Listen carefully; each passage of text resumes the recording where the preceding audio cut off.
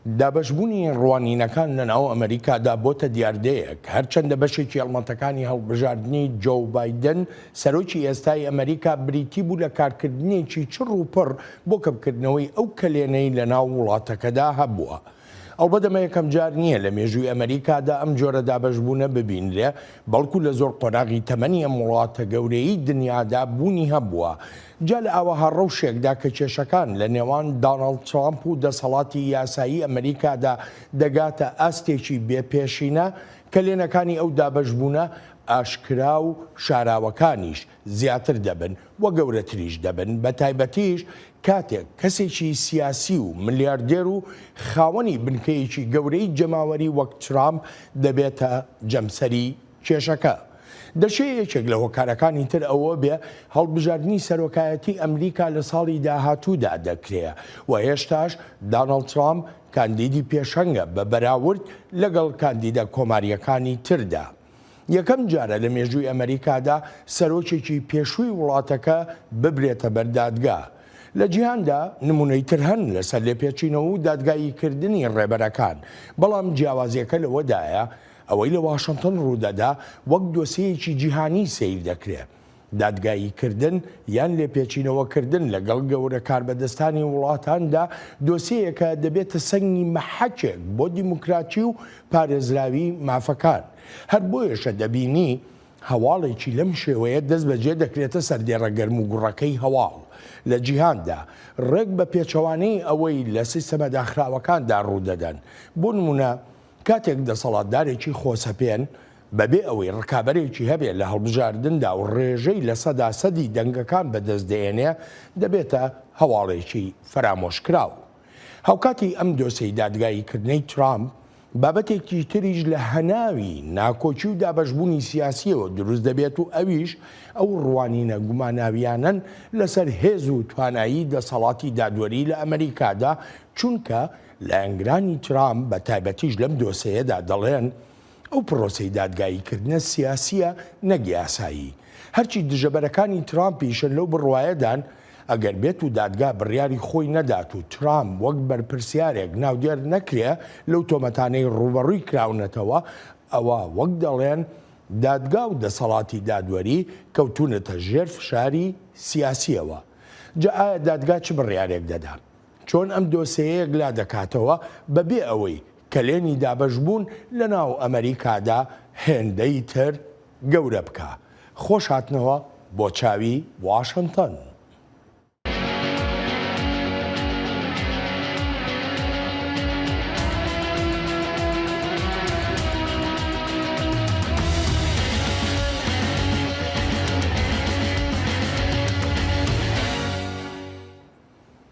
ئۆفیسی داواکاری گشتی لە ناوچەی مەنهاتن لە ئەستانی نیویۆرک لیستی ئەو تۆمەتانەی ئامادە کرده بوو کە ڕوبەڕووی سەرۆکی پێشووی ئەمریکا کرانەوە لە دادگایەکی ناوچەی مەنهاتندا پاش ئەوەی دەستەی سوێندخۆران لەگەڵەوەدا بوون تا داناڵد ترامپ بچێتە بەردەم دادگا. داناڵد ترامپ بانکراوە تا تۆمەتەکانی پێڕابگەنرێت لە دادگای باڵای نیویۆرکدا کە دەستەی سوێنخۆران لە مەنهاتن 34 تۆمەتیان لەسەر بەسەند کردووە سەبارەت بە تۆماری ئەژمارە بازرگانیەکان. بە پێی یاساکانی ئوستانی نیویۆرک ساختەکردن لە تۆمارە بازرگانیەکاندا بۆ مەبەستی هەڵخەڵەتاندن و چاواشەکردن و شاردنەوەی تاوانی تر بە تاوان دادەنرێت. ڕێک ئەمە ئەو دۆسیەیە کە لە سەر داناڵد ترامپ و بریتیە لە 34 بەڵگەنامە بۆ پەردەپۆشکردنی تاوانی تر و ئەمانەش لە ئوستانی نیویۆرکدا تاوانن.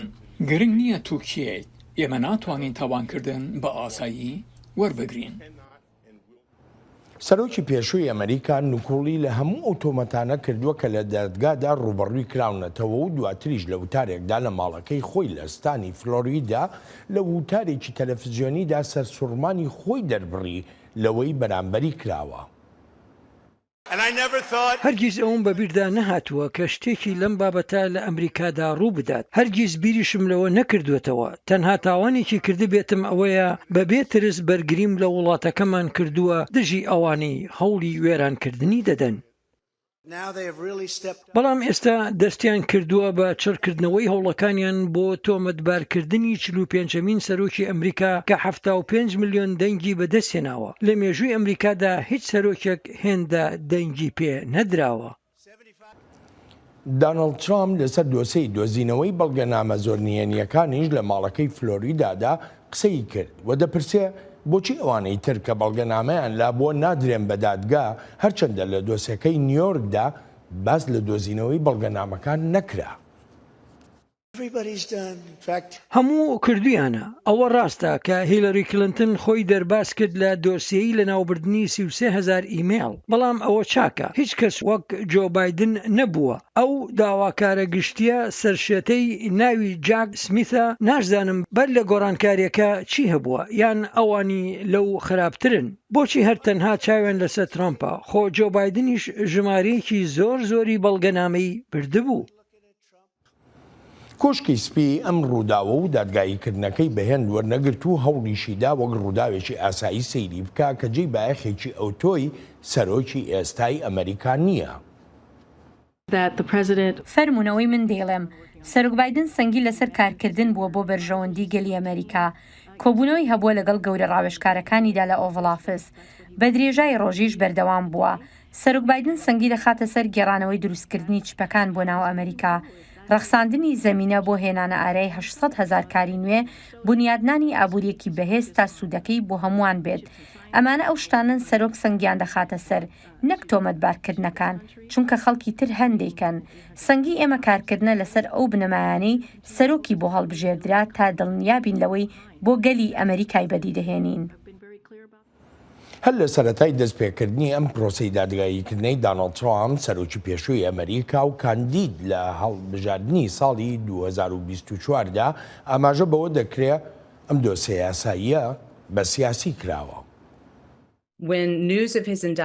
کاتێک هەواڵەکان لەسەر تۆمەتبارکردنی ترامپ بڵاوبوونەوە، قسە و باسێکی زۆر کران لەسەر ئەوەی دامەزراوەی داواکاری گشتی لە مەنهاتن بە سیاسی کراوە، بە تایبەتی بۆ ئەو دۆسەیەی دژی سەرۆکی پێشوو.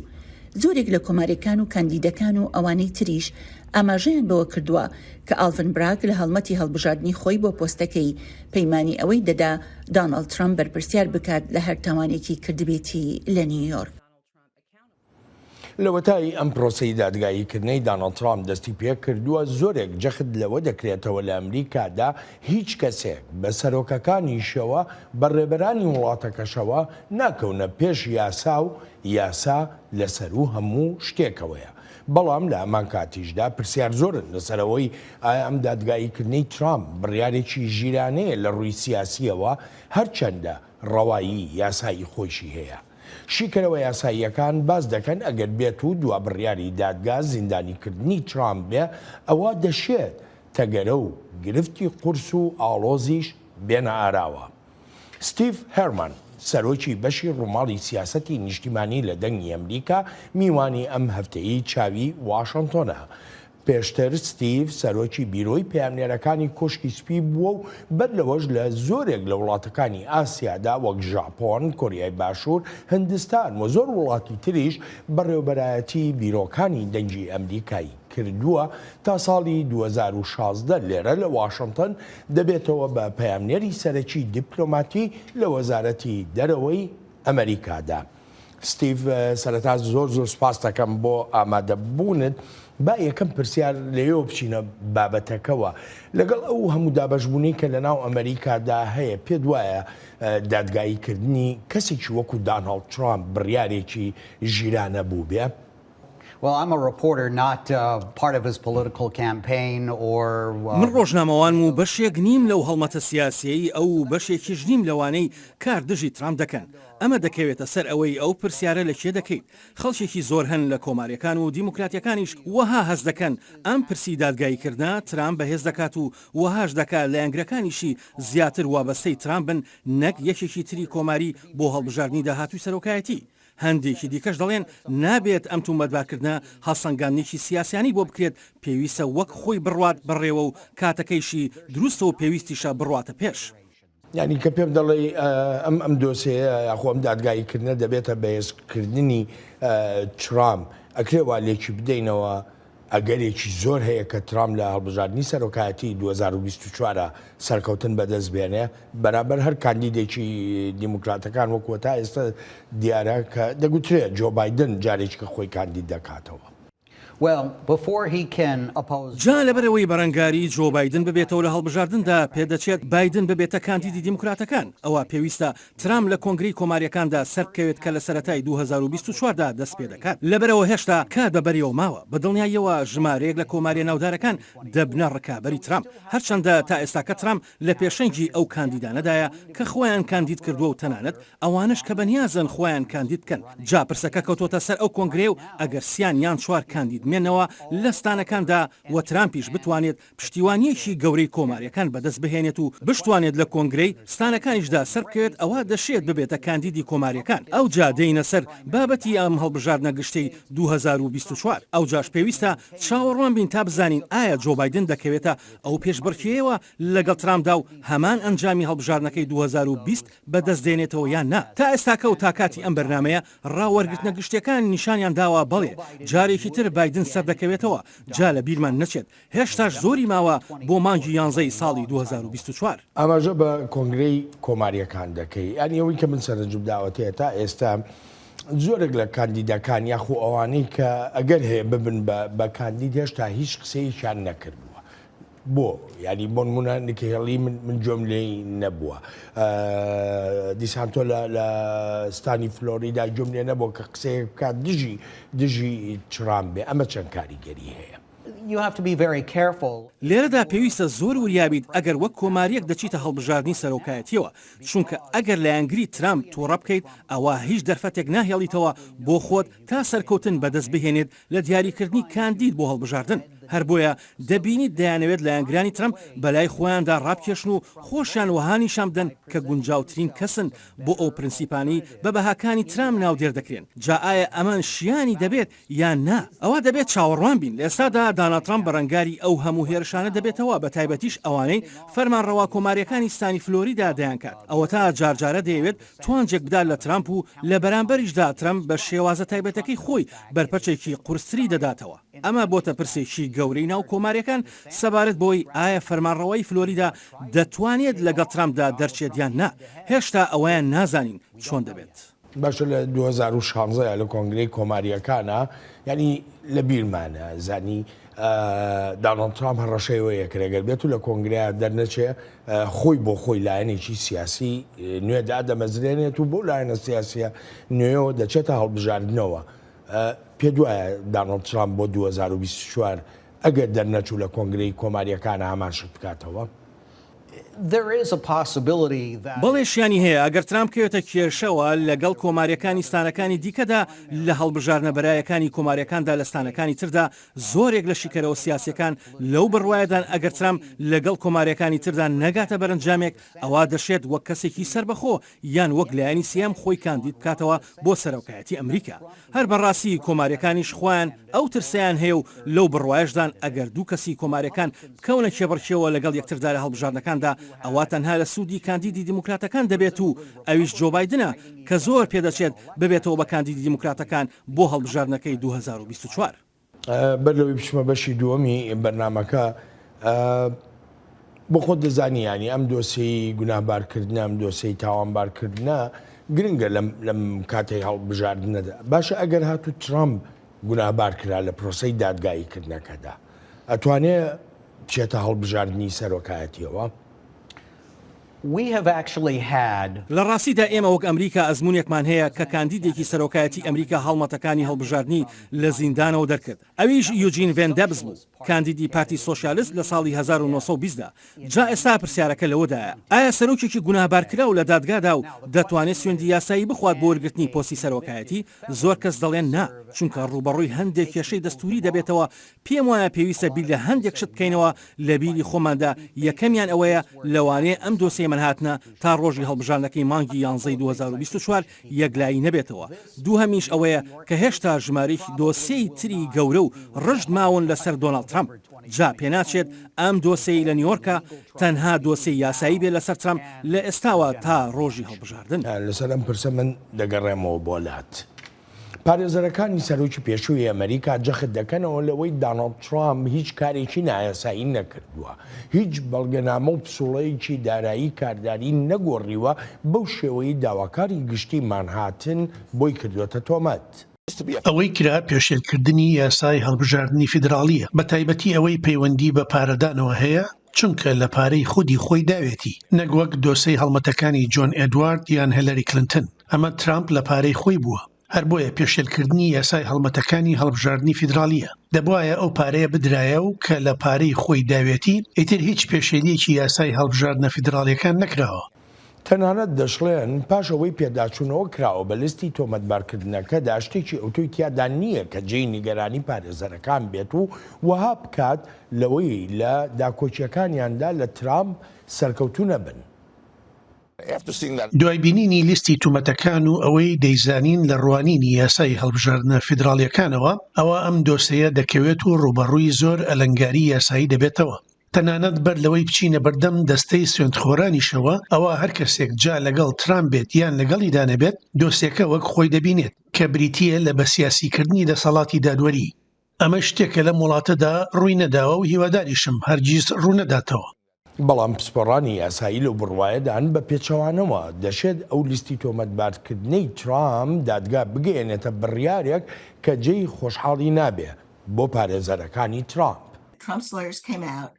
دوای پرۆسەی تۆمەتبارکردنەکە پارێزەرەکانی ترامپ کردیانە هەراو دەیانگوتی شتێکی تازە نییە و هەر ئەوەیە کە هەیە و پاتاڵە. لە ڕاستیدا شتێکی ئەو تۆیان پێ نەبوو لەسەر یاسا و ئەو ڕاستیانەی هەن هەوڵی بەڕەنگاربوونەوەی تۆمەتەکانیان نەدا. دەیانگوت یەک تۆمەتبارکردنە لە چەند بەڵگەنامەیەکدا. جا بڵێ پێویستە پارێزەرەکان نیگەرانی زۆریان هەبێت لەسەر ئەم دۆسەیە. تەنانەت باسیش لەوە دەکرێت ئەگەر دادگا بڕیارێکی دادوەرانە نەدا لەسەر ئەم دۆسەیە، ئەوە گریمانەیەکی زۆر دێنێتە ئاراوە کە بڵێ کەسێک هەیە لەسەر و یاساوەیە. شکست هێنان لە دەرگایکردنی ترامپدا بڕیارێکی ئەجگار خراپی سیاسیانێ دەبێت بەهۆی گرنگی و هەستیاری لە دۆسیەکەدا و قۆڵایی لێکۆڵینەوەکان و ئەو بەڵگەنامە زۆرانەی خراونەتە بەردەم دەستەی سۆندخۆران. دەشزانن ئالڤن کلانگ هێنگدا بە پەرۆش نەبووە بۆ تۆمەتبارکردنی ترامپ. جاتەنها هۆکارێک کە ئەم دۆسیە نەچێتە پێش دەگەڕێتەوە بۆ بڕیاری سیاسی و ئەمەش بۆ مانایە دەبێت کە ترامپ لەسەر و یاسایەوە و بێگومان ئەوە شتێک نییە ئێمە بیکەین. ستیڤ لە کۆتایی بەشی یەکەمدا ئاماژە بۆەوە کرد هەندێک دۆسی تریژان هێشتا لەسەر ترامپ. ئەمە پێم بڵێ مەبەستت لە کامیانە؟ دۆزینەوەی بەڵگەنامەکانە لە ماڵەکەی خۆی لە فلۆریدا، مەبەستت لە هەوڵەکانی ساڵی 2020 بۆ گۆڕینی ئەنجامەکانی هەڵبژاردن لە ستانی جۆرجیا، یاخود مەبەستت لە ڕووداوەکەی ڕۆژی یەکی مانگی شەشە کە هێرشکرایە سەر کۆنگرێسی ئەمریکا. کامیانە یاشتی تریشت لایە؟ ئەوانەی باستکردن ئەو دۆسیانن کە ئێمە لەبارەیەوە دەزانین. هەر یەکێکیشان دۆسەی زۆر گەورە و ڕشترن لەسەر ترامپ بە بەراورد لەگەڵ ئەو دۆسەی لە منهاتنە.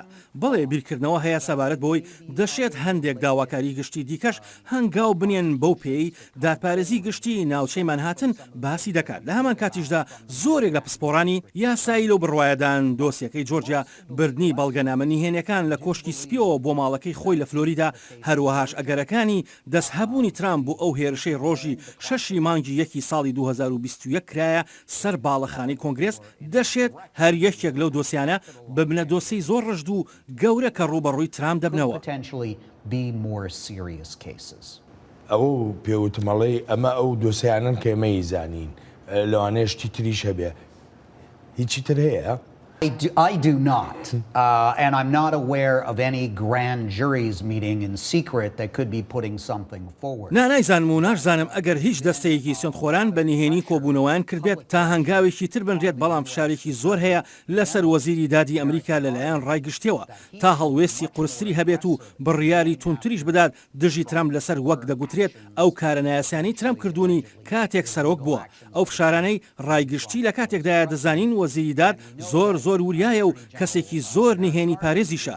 جا من نامەوێت هیچ ئاماژەیەک بدەم، بەڵام ڕاستیەکە ئەوەیە لە نێوان دۆسیەکەی منهاتن و دۆسیەکانی جۆرجیا و بەڵگەنامە نهێنیەکان و هێرشەکەی کرایە سەر کۆنگرێس زۆر شت هەن کە پێویستە دۆناڵد ترامپ نیگەران بێت لەبارەیانەوە، یان هەر هیچ نەبێت دەبێتە پشەویەک بە تایبەتی لەم کاتەدا کە دەچین بەرەو هەڵبژاردنە بەراییەکانی کۆماریەکان و زۆریش پێدەچێت لەو هەڵبژاردنە بەراییانەدا سەنگی بخێتە سەر کێشە یاسایەکانی ترامپ وەک لەوەی لە ناو کاندیدەکاندا قسە لەسەر بابەتی تر بکرێت و وەک ئەوەی چۆن کێشەکانی تری ناو ئەمریکا چارەسەر بکرێن. هەر بۆیە هەڵبژاردنە بەراییەکانی کۆماریەکان زۆر دەگمەن و بێ پێشینەش دەبن لەگەڵ باسکردنی ئەو دۆسە یاسایانەدا.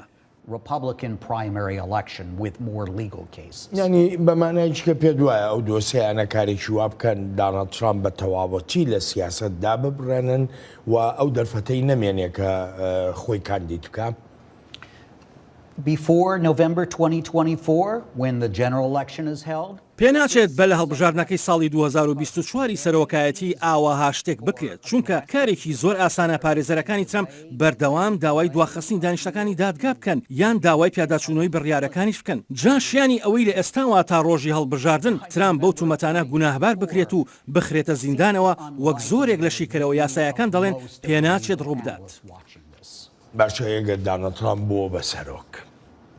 I think if Donald Trump were to have his second non-consecutive term, which has only happened once in American history with Grover Cleveland in the پێم وایە ئەگەر دۆناڵد ترامپ گەڕی دووەمی سەرۆکایەتەکەی بەدەست بهێنێتەوە لەگەڵ ئەوەشدا کە دوو تێرمی یەک بە دوای یەکدا نییە، ئەمە لە مێژووی ئەمریکادا یەک جار ڕوویدا و ئەویش سەرۆک کلیڤلاند بوو لە سەدەی 19دا. جا ئەگەر ئەمە ڕوو بداتەوە ئەوە پێم وایە ڕێبازی سەرۆکایەتەکەی دۆناڵد ترامپ زۆر جیاواز دەبێت، چونکە ئیتر ناتوانێت خۆی بۆ گەڕی سێهەم هەڵبژێرێتەوە. هیچ شتێک نامێنێت تا بگوترێت جموجۆڵەکەی سنووردار دەکات. هەروەها پێشم وایە پشودرێژی نامێنێت لەگەڵ بیرۆکراسیدا، لەوانەیە تا ئەندازەیەکی کەم ئەو بیرۆکراسیەتەی پێویستە بەکاری بهێنێت، بەڵام لەگەڵ بارەباوەکەی دیبلۆماتیدا. هەر بەڕاستی ترامپ ئەوەی بەڕوونی و ئاشکرایی نیشان داوە کە هەرگیز بەو شێوەی پێشتری نابێت لە دووهەم گەڕی سەرۆکایەتەکەیدا و هەموو شێواز و ڕەشوێنەکانی تاقی دەکاتەوە و هەوڵ دەدات زیاتر ببێتە سەرۆکێکی سەرکوتکار هەر لە سەرەتای دەستپێکی دووهەم گەڕی سەرۆکایەتەکەیەوە. جۆمان لێبوو پارێزەرەکانیان ئەڵێن هیچ شتێک نییە لەبارەی بەتابەتی ئەم دۆسەی نیویۆرکەوە کە نیگەران بن بەوەی کە هەنگاوێک بەرامبەر بە ترامپ دەنرێ، بەڵام جۆشمان لێبوو ینی پسپۆڕێکی یاسایی ئەڵێ نا هەموو دۆسێکە بە گشتی ئەوەی منهاتن جێ ئەوەیە کە پارێزەرەکان نیگەران بن. منمێ لە تۆ پرسم وەکو ڕۆژنامەوانێک کە چاودێری ئەو ڕووداوە یاسایی و سیاسی و ترەرچێکی ناوەنین دەکەی. بەڕای تۆ پێویستە پارێزەرەکان نیگەران بن لەوەی ئەم داوایە بدۆڕێنن؟ I think any lawyer should be concerned for any client who is charged with a felony. پێم وایە هەر پارێزەرێک بێت پێویستە نیگەران بێت کاتێک باز لە گوناهبارکردن دەکرێت بە تاوانێک. لەم دۆسەی ترامپدا 34 تومەتی ڕوبەڕوو کراوەتەوە. هەروە سەیریکی ئەو هاوپێچە بکەیت کە لەگەڵ لیستی تومەتەکاندا هاتووە، ئەوە دەبینیت بە زمانێکی تند نووسراوە و ئەمەش وەها دەکات بڵین داواکاری گشتی زۆر تون دەبێت، بێجگەلەوەی دەستەی سوێندخۆرانیش لە شاری نیویۆرک دەبن.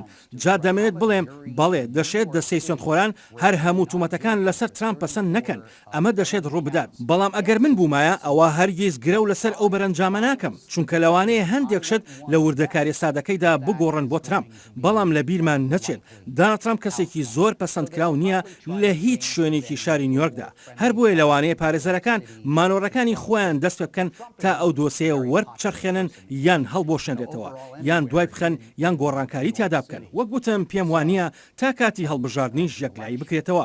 جا ئەگەر ترامپ هەڵبژاردن بباتەوە ئەوە دەچینە بابەتێکی دیکە و شوێنێکی ترە و ئەگەریش هەڵبژاردن بدۆڕێنێت ئەوە وەک مەزەندە دەکرێت ترامپ دەشێت بۆ هەڵبژاردنەکەی 2028 خۆی کاندید نەکاتەوە، چونکە خەڵکیش دەڵێن دەچێتە تەمەنە و لە ناوەڕاستی هەشتاکانی تەمەنیدا دەبێت. جا ئەم 34 تومەتەی دراونەتە پاڵترامپ گەورە و ڕژدن. 34 تومەت بەڵێ شتێکی گەورە و ڕژدیشە و پێویستیشە پارێزەرەکانی نیگەران بن. ستیڤ ڕاو چیە لەسەر هەڵوێستی داواکاری گشتی منهاتن؟ یعنی ئێمە زۆرمان گوێلەوە دەبێت دەڵێن تەنانەت لە هەڵمەتەکانی هەڵبژاردندا ئاماژەی بەوە کردووە کە دوای ترامپەکەوێ و ئەبێت دادرایی بکرێمە لە هەڵمەتەکانی هەڵبژاردنەوە. ئێستا ئەم کارە دەکە ئەمە کاریگەریەکی نەرێنی نابێ بە ڕایتەوە بەسەر تەواوی دۆسێکەوە و وەک چەکێک بەکاربهێنرێت دژی داواکاری گشتی و ئەو تاوانانەی کە ڕوبەڕووی ترامپ کراونەتەوە.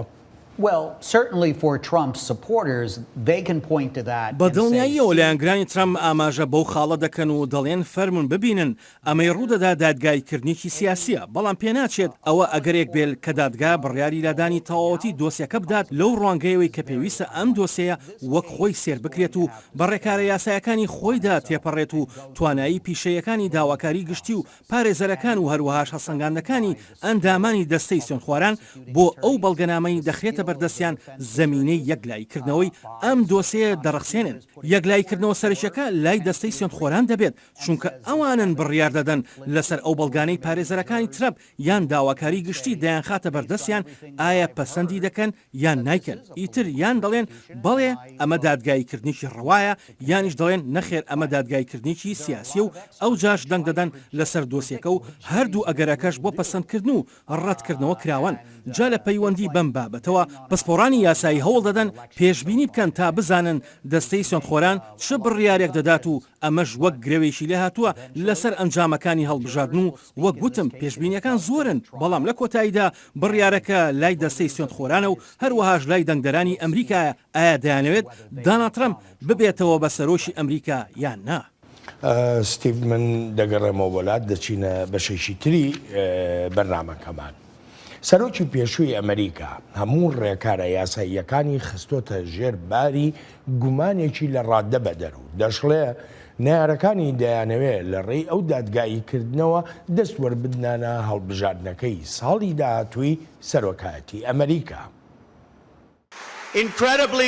بە ئەندازەیەکی باوەڕ پێنەکرا و ئێستا وڵاتێکی شکست خواردوین، وڵاتێکین لە پاشەکشە دەین. ئێستا ئەم سەرشێتە ڕادیکالە چەپانە دەیانەوێت لە ڕێی بەکارهێنانی دامەزراوە یاسایەکانەوە دەست وەربدەنە هەڵبژاردنەکانمانەوە. ناتوانین ڕێگە بەوە بدەین.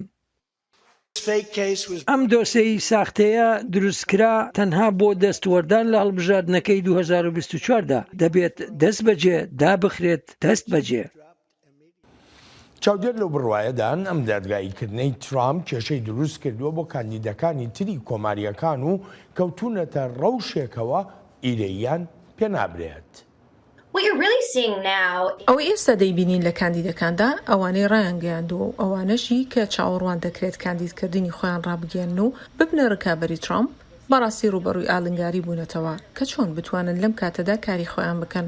لەم ڕوانگەوەی ئایا دەبێتە دەستکەوت و دەرفەتێکی گەورەی سیاسی بۆیان و وەک سەرکەوتنی خۆیان بەسەر ترامپدا لێک بدرێتەوە؟ ئەڵبەتە تا ئێستا شتێکی ئەو تویان نەکردووە، لەگەڵ ئەوەشدا کە دەزانن ترامپ کاندیدی پێشەنگی کۆماریەکان تۆمەتبار کراوە. هاوکاتی هەڵمەتەکانی هەڵبژاردننی سەرۆکایەتی کە هەندێک لە کاندیدە کۆماریەکان دەستیان پێ کردووە وەک دەگوترێ نەمیدیاکان بایەخێکی ئەوتۆیان پێداون و نەدەشتوانن پەیامی خۆیان بە تەواوەتی بگەێنن بەهۆی ئەم دۆسەیەی ترامپەوە. وەک دەبینین کاندیدەکان لەوانە نیکی هێڵی سەردانی سنووری ئەمریکا و مەکسیکی کرد. مایک پەمپێیۆ وەزیری پێشووی دەرەوە کە تاوتوی خۆکاندیدکردن دەکات سەردانی ئۆکرانیای کرد. فەرمانڕەوای پێشوویستانی ئەریزۆنا خۆکاندیدکردنی ڕاگەیاند بۆ سەرۆکایەتی، بەڵام دۆسەی تاوانبارکردنی ترامپ باڵی کێشا بەسەر هەموو ئەو ڕووداوە بێپێشینانەدا.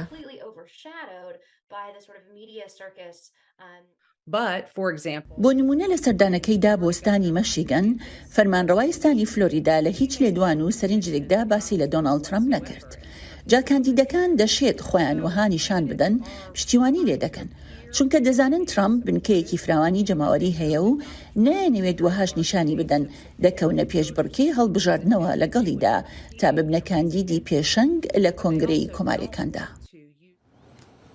ستیڤ یەکێ لە پرسەکانی تر لێرەدا ئەوەی کە گرنگە گومانێکی زۆرە خرێتە سەر دەسەڵاتی دادوەری ئەمریکا و ئەڵبەتە من لە 2016ەوە ببوورە لە 2020ەوە هاتووە و هەتا ئێستاشی لەگەڵدا بێ. دادگایانی وەکو جۆمان لێبوو لە ڕەوشێکی ئێجگار قورسدایە بڕیار لەسەر ترامپ بدا پێی دەڵێن بڕیاری سیاسیە، دادگاییکردنی ترامپی ژەر پێی دەڵێن بڕیاری سیاسیە. دەسەڵاتی دادوەری دەتوانێت خۆی لەم قەیرانە یاخود لەم جۆرە ئاڵۆزیە دەرباس بکات لە ئەمریکا؟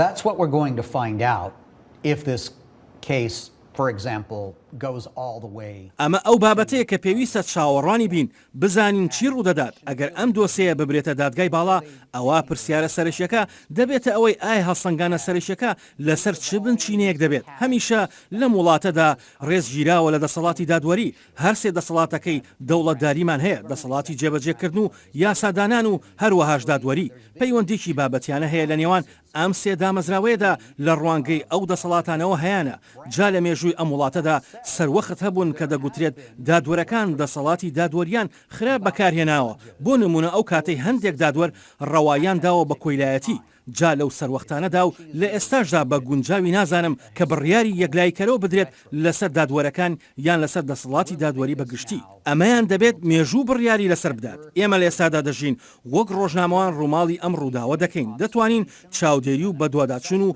هەڵسەنگاندنی خۆمان بکەین بەڵام لە کۆتاییدا مێژوو بڕیارمان لەسەر دەدات باشە لە ئەنگرانی ترامپ جا کۆماریەکان خۆیان بن یا خەڵکی تر بێ ئەگەر بێت و بڕیارێک لە دژی ترامپ بدرێ ینی ئەو مافیان هەیە لە دادگای دەستوری ئەمریکایە ئەو بڕیاری دادگای منهاتن ڕەت بکەنەوە یاخۆ پێداچوونەوەی پیا بکرێ هەر شتێکی تر There's absolutely no doubt. بەبێ هیچ چەند و چوونێک هیچ گومانێک نییە لەوەی ئەگەر داناترام لە دادگادا تاوانبار بکرێت ئەوە پارێزەرەکانی دەکەونە کارکردن لەسەربردنی ئەو دۆسەیە بۆ دادگای پێداچوونە و دەشتوانن بیکەنە کارێکی زۆر بەپەلە و تا بە خێرایی ئەو دۆسەیە لە دادگای پێداچوونەوەدا یەکلایی بکرێتەوە جا بەر لە هەڵبژاردن بێت یان دوای هەڵبژاردن.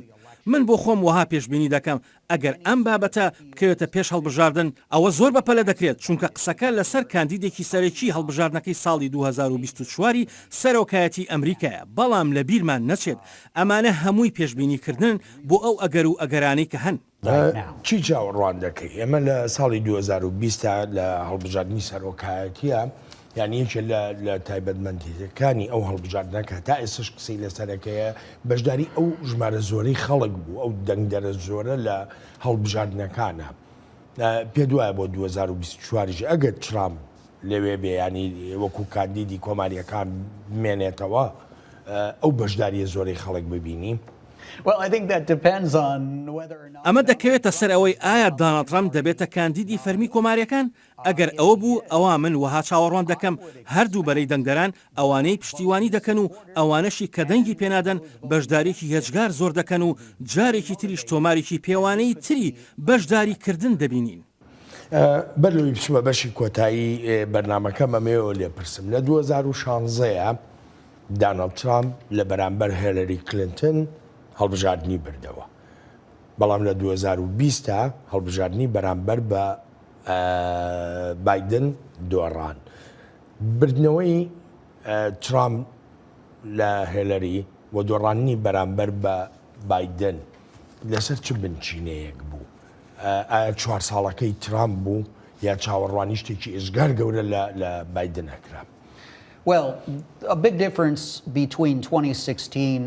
جیاوازی گەورە لە نێوان 2016 و 2020دا دەتوانم بڵێم دوو بابەتن یەکەم خەڵک دەرفەتی هەبوو بۆ ماوەی 4 ساڵ داناترام وەک سەرۆک ببینێت لەو کاتەدا واتە 2016 خەڵک کراوە بوون دەیانویست شتێکی جیاواز ببینن بە تایبەتیش ئەگەر ئەو گۆڕان و چاکسازیانی باسی لێوە دەکردن کە دەیویست لە سیستەمی بەڕێوەبردننی ئەمریکادا بیان کات جا لە 2016دا خەڵکیش ئەو گۆڕانکاریان دەویست و کەسێکی جیاوازیشان دەویست و جا داناترام بووە نوێنەری ئەو کەسە جیاوازە لە پەیوەندی بە هێلەری کلینتنیشەوە ئەویش خۆی وها دەبینی بەڵام تەنانەت بیل کلینتنی هاوسەریشی لە ڕۆژانی بەر لە هەڵبژاردنەکەدا دەیزانی لە هەندێک لە ستانەکاندا ڕەوشی هیلەری خراپە لەوانە ستانی ویسکانسن و قسەی لەگەڵ خەڵکدا دەکرد بۆی دەرکەوت بوو لە ڕووی هەڵبژاردنیشەوە ڕەوشەکەی باش نییە لە کاتێکدا هیلەری خۆی پشتی بە ئامارەکان بەست بوو وهای دانابوو هیچ گرفتێکی نییە بێ لەمەش دەشێت دەنگدەریش هەبن و وتی بێتیان دەن بە هیلەری نادەم چونکە ژنە یان وترابێت کەسایەتی ئەوم بەدڵ نییە